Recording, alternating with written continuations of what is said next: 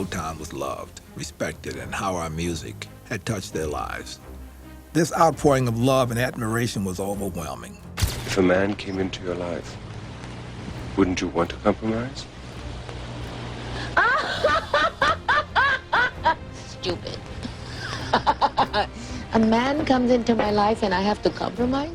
I know people look at me and see this image of sort of, the queen kind of thing, where I just have people at my, at my beck and call. But I wouldn't want a man to serve me. Berry Gordy has finally named 13 legendary black lesbian stars from the past. From Josephine Baker's Parisian Affairs. Oslo, I don't recognize the town anymore. The last time I was here, it's so changed. To Eartha Kitt's Hollywood Secrets. Can anyone live with Eartha Kitt? That's not for me to decide. Not for someone who decides to live with me to decide. Not for me. To Grace Jones's gender-bending rebellion. I don't want a man to serve me. That's one thing that I should get clear. I don't... These women dominated their eras while hiding truths that could have destroyed everything. So, let's get into it. Josephine Baker fled America in 1925 because black performers couldn't breathe there. Paris offered oxygen. She danced at the Folies Bergère wearing a banana skirt and nothing else, her body becoming art that scandalized some and captivated everyone else. This is Josephine Baker on the stage of the Folies Bergère at a moment of music hall history. European aristocrats invited her to parties where she charmed them in multiple languages she'd taught herself. But the performance was surface. Behind the exotic dancer lived a woman who collected lovers without regard for gender. Frida Kahlo entered her life during a Paris visit, and their weeks together produced letters suggesting intimacy that transcended friendship. Baker's biographer Phyllis Rose documented relationships with European socialites, wealthy women who supported her career and shared her bed. Baker never confirmed or denied anything. Understanding mystery enhanced her appeal.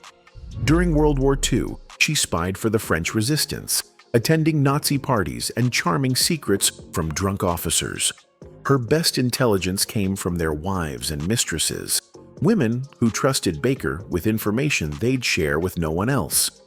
After the war, she returned to performing but threw herself into activism. She refused segregated audiences in America, fought racism wherever she found it. The woman who'd fled as a struggling performer returned as an international star dictating her own terms. But whispers about her private life followed her everywhere until her death in 1975, unanswered and unanswerable. Sylvia Robinson looked like someone's well-dressed aunt, not like someone who would revolutionize hip-hop. But in 1979, she co-founded Sugar Hill Records and released Rapper's Delight, bringing rap to mainstream America. She'd already had a successful R&B career in the 1950s and 60s, but her real talent was recognizing trends and marketing them.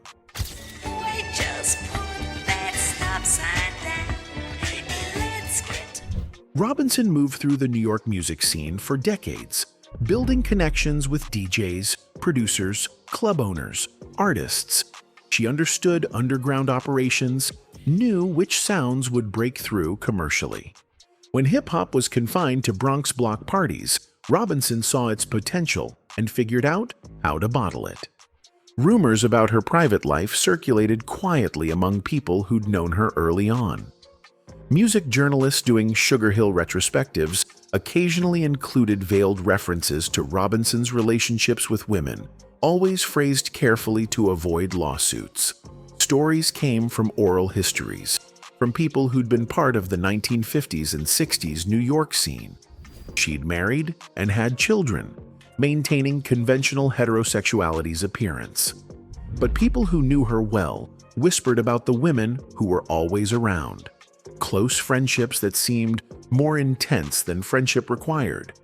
Robinson never addressed speculation, focusing on building her business and promoting artists. I'm the type of person that never like to copy things that are out there. I always like to come with something new, something different. Sugar Hill Records dominated early hip-hop before collapsing under financial and legal pressures. Robinson's later years were marked by lawsuits over unpaid royalties. The personal scandals that might have destroyed other executives barely registered. When she died in 2011, obituaries focused on hip-hop contributions rather than whispers that had followed her. Chaka Khan exploded onto the scene in 1973 as Rufus's frontwoman. Her voice powerful enough to blow out speakers, and her stage presence commanding enough to own any venue. Even if you cannot stay, I think you are the one for me. She wore elaborate costumes, enormous wigs, moved across stages like a force of nature. Everything about her screamed glamour and confidence and uncontainable sexuality. The hits came fast. Tell Me Something Good, Sweet Thing, I'm Every Woman.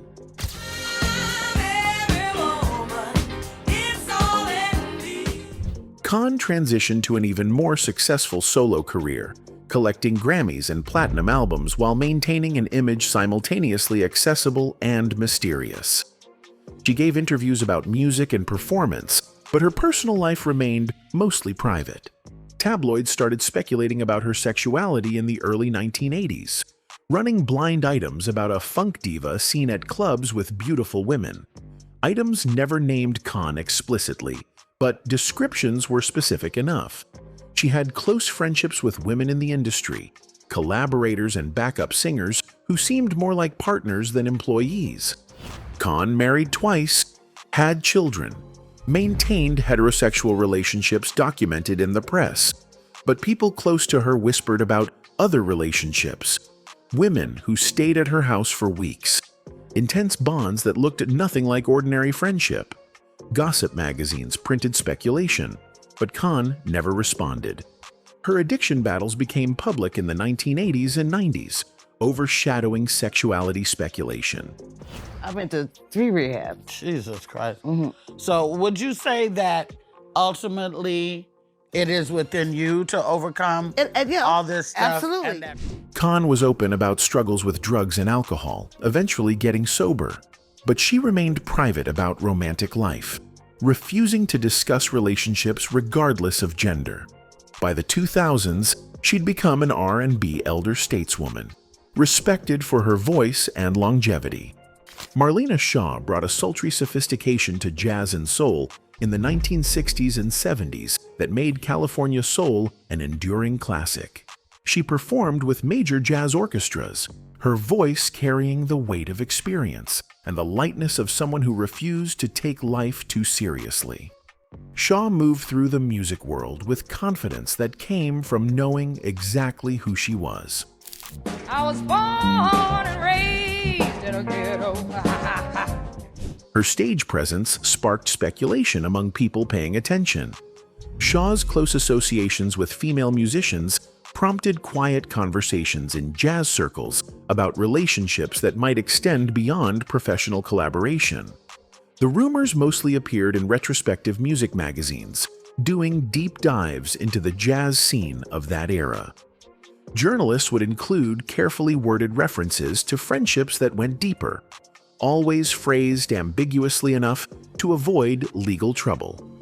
Shaw performed in clubs where sexual orientation was fluid, where the line between friendship and romance blurred depending on the night and the people involved. She never publicly addressed any speculation about her private life. So far, it's been pretty good. Just one night, where I wanted to choke somebody, and I'm not going to tell you what night it was. The 1970s jazz scene was insular, protective of its own. Musicians who'd worked with Shaw would occasionally hint at her personal life in interviews decades later, but always obliquely. The stories suggested a woman who loved freely and refused to be constrained by conventional expectations about how women should behave or who they should love. Shaw continued performing into the 2000s, her voice aging like fine wine, deeper, richer, more textured with time. The rumors that had once followed her faded into historical footnotes, interesting details that seemed irrelevant compared to her musical contributions. Eartha Kitt purred through the 1950s and 60s with a voice that sounded like sex wrapped in velvet. She sang in nightclubs, starred on Broadway, played Catwoman when the role required someone dangerous and unpredictable. Men wanted her, women wanted to be her, and Hollywood had no idea what to do with someone that self-possessed. Can anyone live with Eartha Kitt? That's not for me to decide. Not for someone who decides to live with me to decide. Not for me. Rumors started circulating in gossip columns during the mid-1950s. Blind items referenced a sultry singer with an accent who preferred female company to male suitors. The items never named Kitt directly, but everyone knew. She attended parties with beautiful women on her arm, laughed at speculation, refused to confirm or deny anything. Her fashion choices fed the rumors. Kitt wore suits when other women wore dresses, dressed in styles that blurred gender lines before anyone used terms like androgynous. She dated men publicly, including a mysterious engagement that ended abruptly, but maintained intense friendships with women that looked like more than friendship. If a man came into your life, wouldn't you want to compromise? Stupid. A man comes into my life and I have to compromise? The Catwoman role cemented her image as sexually dangerous and morally ambiguous. She played the character as someone who took what she wanted without apology, who answered to no one.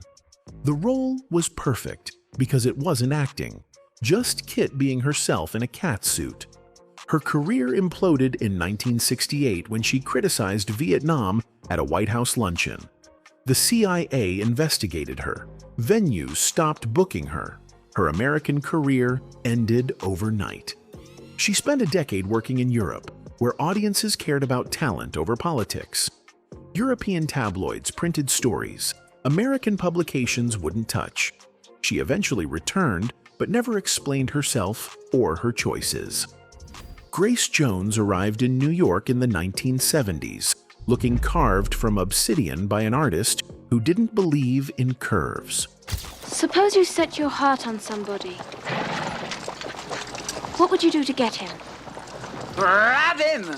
She was all angles, cheekbones that could cut glass, a flat chest she refused to hide, movements simultaneously masculine and feminine. Fashion agencies didn't know what to do with her until they realized she was exactly what they needed. Studio 54 adopted her immediately.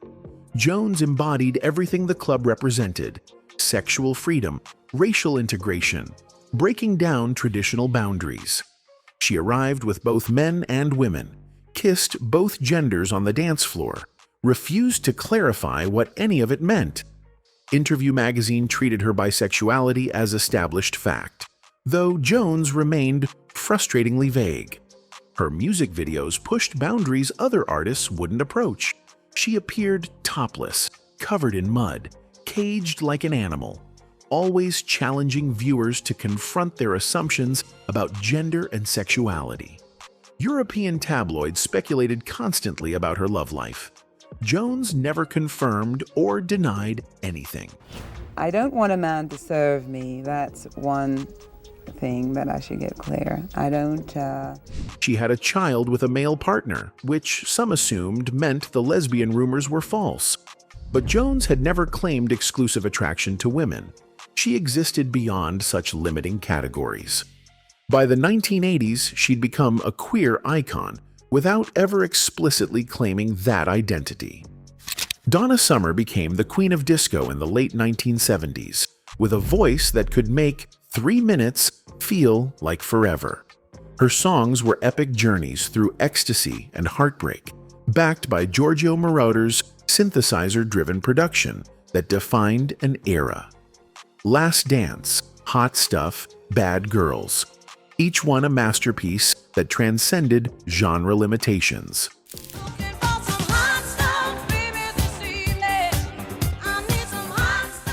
The disco scene was openly queer in ways mainstream music wasn't. Gay clubs championed Summer's music, made her records into anthems, treated her like a goddess. She performed for these audiences, accepted their adoration, became an icon to people who saw themselves reflected in her music's themes of liberation and pleasure. But rumors circulated that Summer's connection to the gay community went deeper than appreciation for her fan base. Tabloids hinted at relationships with women, at a private life that didn't match her public image as a married mother. Stories appeared in fan magazines rather than serious publications, speculation dressed as insider knowledge. Summer's religious conversion in the early 1980s complicated everything. She became a born-again Christian, started making statements about sin and salvation that horrified gay fans. Rumors spread that she'd called AIDS God's punishment for homosexuality, a claim she denied, but that permanently damaged relationships with the LGBTQ community. She never got over those comments. She never got over the pain she caused the gay community all the way up until her deathbed. The incident revealed the complexity of Summer's position.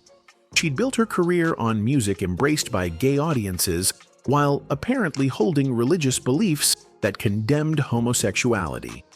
If rumors about her own same-sex relationships were true, that added another contradiction layer. She died in 2012, her legacy complicated by controversy and her intensely private nature. Anita Baker's voice emerged from speakers like honey poured over gravel, smooth but with enough texture to keep it interesting. She broke through in the mid-1980s with Rapture, an album blending jazz sophistication with R&B emotion. Sweet Love became an immediate classic, Baker's voice doing things that seemed impossible for human vocal cords.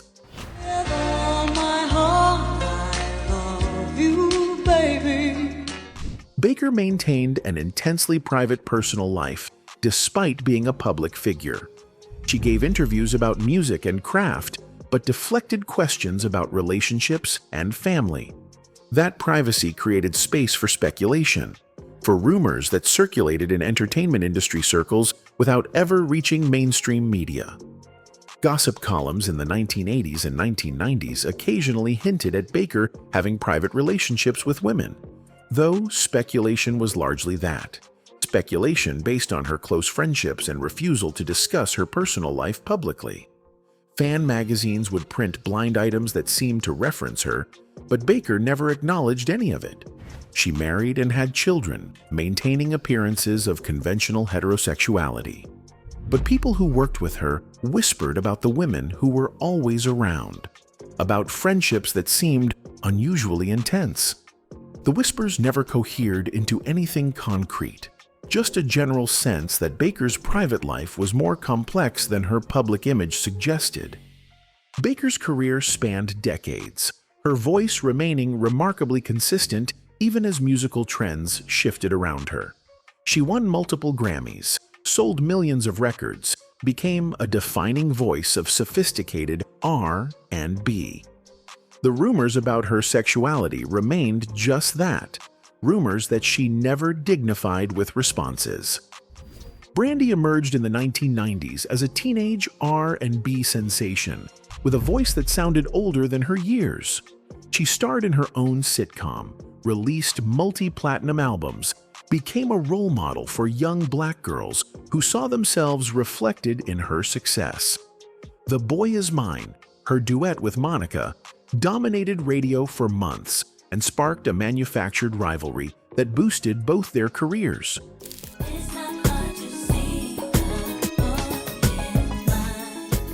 But as Brandy transitioned from teenager to young adult, tabloids started speculating about her personal life.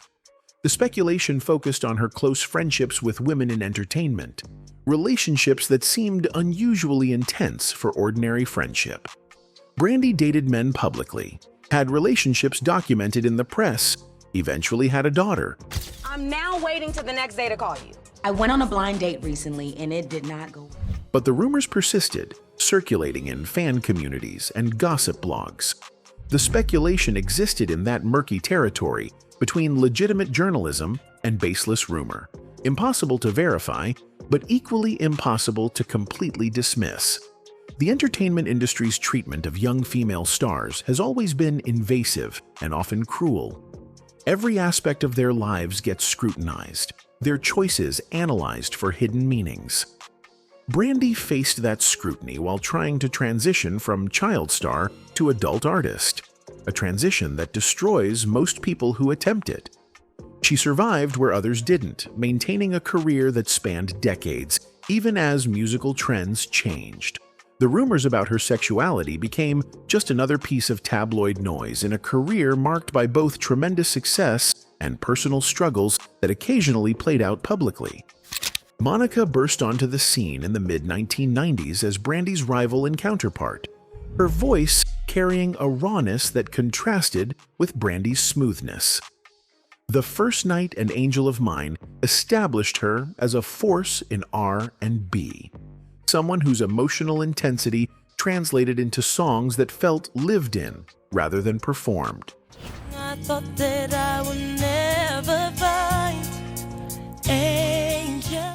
Like Brandy, Monica faced speculation about her sexuality that emerged in the 2000s through gossip blogs and entertainment websites. The rumors focused on her private personal life and public appearances with female friends who seemed to be more than friends. But the speculation remained vague, based more on interpretation of behavior than any concrete evidence. Monica married, had children, maintained heterosexual relationships that were extensively documented.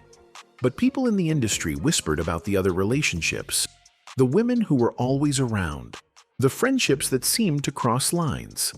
The whispers never cohered into actual stories, just a general sense that Monica's private life might be more complicated than her public image suggested. The manufactured rivalry with Brandy eventually gave way to reconciliation and mutual respect. Linda's never not there. She in the group too. I'm in the group. I'm talking about Linda. Oh, well. Monica continued recording and performing into the 2020s, her voice aging well and her artistic choices remaining interesting even as R&B evolved around her. The speculation about her private life faded as she established herself as a veteran artist whose talent transcended whatever gossip might circulate about her personal choices. Mary J. Blige emerged in the early 1990s as the queen of hip-hop soul, her voice carrying pain and triumph in equal measure. She sang about struggle, about survival, about refusing to be destroyed by circumstances that would break weaker people. Her music resonated with anyone who'd ever fought to overcome their past and build a better future.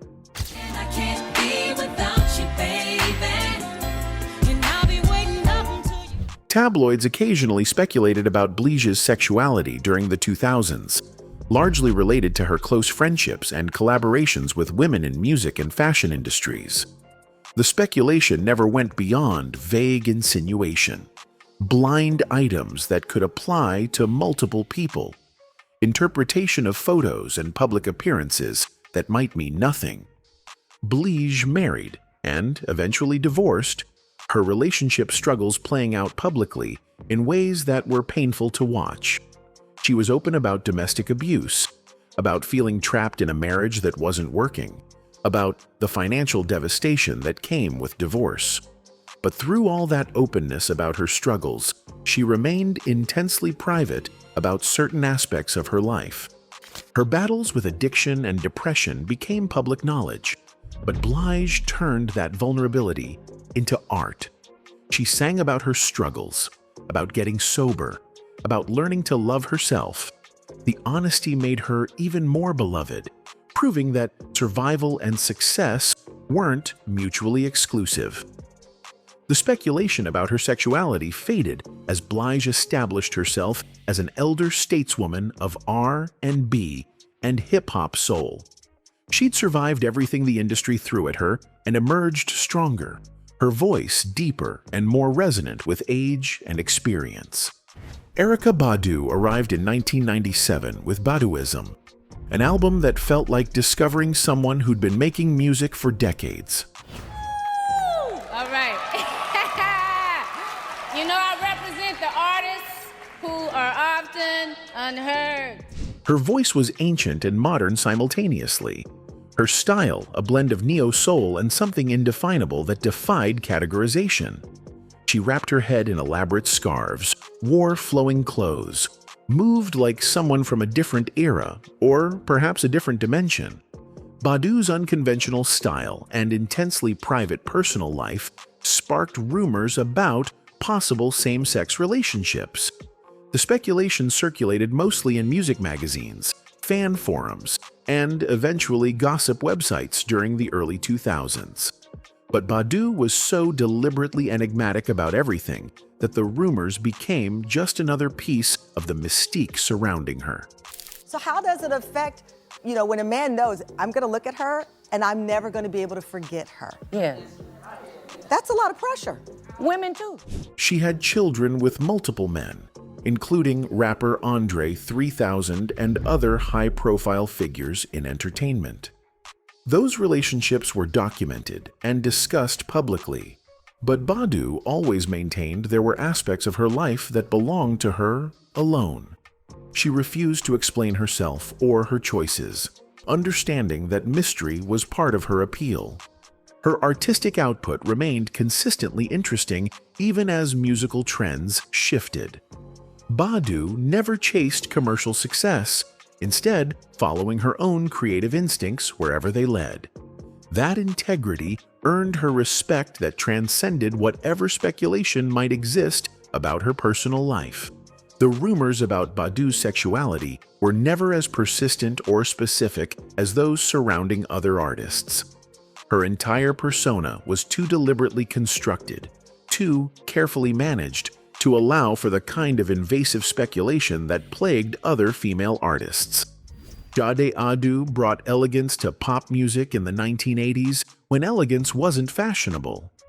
Smooth Operator and No Ordinary Love moved like silk. Her voice carrying heartbreak with such restraint, it felt more devastating than any melodramatic vocal performance. Smooth operator. She and her band, Sade, created music that existed outside trends, that sounded timeless from the moment it was released. Adu guarded her private life with fierce determination. She gave almost no interviews, appeared in public rarely, built a mystique around her absence. That privacy created space for speculation, for rumors based on almost nothing, because there was almost nothing to base them on. Some media speculation in the 1980s and 1990s hinted at relationships with women based on close personal friendships, but most sources were tabloid rumors rather than anything resembling factual reporting. The rumors existed more because Adu refused to discuss her personal life than because of any actual evidence or insider information. She had a daughter, maintained a relationship with the child's father for years, eventually married and later divorced. But even those documented relationships were kept as private as possible, discussed only when absolutely necessary. Adu understood that everything you shared with the public became public property, subject to analysis and interpretation and judgment. Her music remained her primary public statement. She released albums sporadically, toured when she felt like it, refused to conform to industry expectations about maintaining visibility and relevance. That independence from conventional career management made her even more intriguing, a figure who existed on her own terms regardless of what anyone else thought or wanted. Anyway, that's it for the video, folks. Bye!